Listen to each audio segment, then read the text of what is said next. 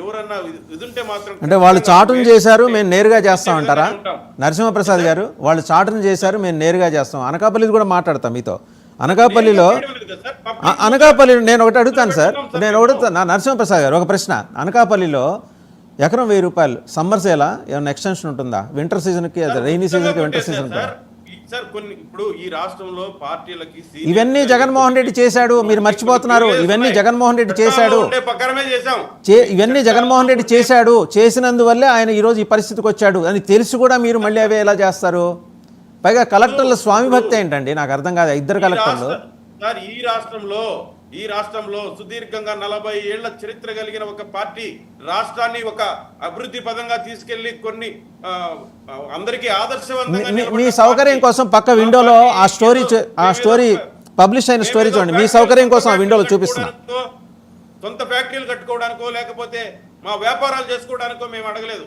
దీంట్లో కొన్ని ప్రివిలేజెస్ ప్రకారం చట్టం ప్రకారం చేసుకున్నట్టు తప్ప మీరు గమనించండి, మేమేమన్నా సిమెంట్ ఫ్యాక్టరీలు కట్టుకున్నామా, లేకపోతే మేమేమన్నా ఉక్కు ఫ్యాక్టరీలు కట్టుకున్నామా, లేకపోతే మేమేమన్నా విద్యుత్ కర్మాగారాలు కట్టుకున్నామా?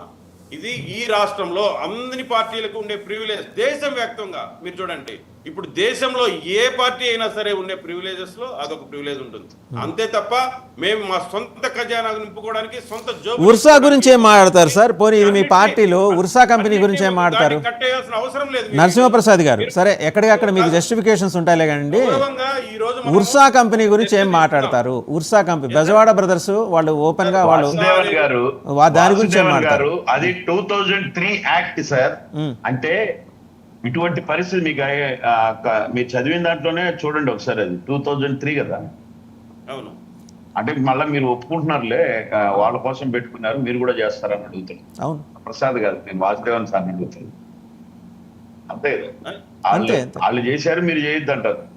అదే వాళ్ళు చేశారు, మీకు మరి వాళ్ళు 151 నుంచి మధ్యలో 5 ఎగిరిపోయింది, మీకు 6 ఎగిరిపోవాలంటే ఇవన్నీ చేయండి సార్. మాకు అవేర్నెస్ సార్, ఖచ్చితంగా మేము ఇంతకుముందు కూడా గతంలో మా డిబేట్ చూడండి, మేము ఒకటే చెప్తాం. మా ఎమ్మెల్యేలకైనా మా వాళ్ళకి ఎవరికైనా కూడా మేము ఒకటే చెప్తాం, ఒళ్ళు దగ్గర పెట్టుకునే మేము పనిచేయాలి అనే ఒక నిశ్చయంతో ఉన్నాం. అలా ఎవరన్నా చేయలేకుండా ఎమ్మెల్యేలు కావచ్చు, అధికారులు కావచ్చు, ఎవరైనా సరే. రైట్ అండి. మళ్ళీ మనతో పాటు వైసీపీ అధికార ప్రతినిధి సీనియర్ నాయకులు నారాయణమూర్తి గారు జాయిన్ అయ్యారు. మళ్ళీ మీ దగ్గరకు వస్తానండి. రైట్, నారాయణమూర్తి గారు జాయిన్ అయ్యారు. నారాయణమూర్తి గారు నమస్కారం. సో ఇదండి దేవాదాయ శాఖలో ఇప్పటివరకు ఏంటంటే మీ హయాంలో జరిగిన దాన్ని తవ్వుతుంటే బయటకు వచ్చిన లెక్క 550 కోట్ల రూపాయల స్కామ్స్ దేవాదాయ శాఖలో బయటపడుతున్నాయి. సరే, అది తర్వాత మాట్లాడదాం. ఇప్పుడు ఏంటంటే వీళ్ళు ఫ్రెష్గా నోటిఫికేషన్ ఇచ్చారు. నాన్ అగ్రికల్చర్ ల్యాండ్స్ కాకుండా దేవాదాయ శాఖ పరిధిలో ఉండే నాన్ అగ్రికల్చర్ ల్యాండ్స్ని లీజ్కి ఇవ్వడానికి ఒక నిర్ణయం తీసుకున్నారు ప్రభుత్వం.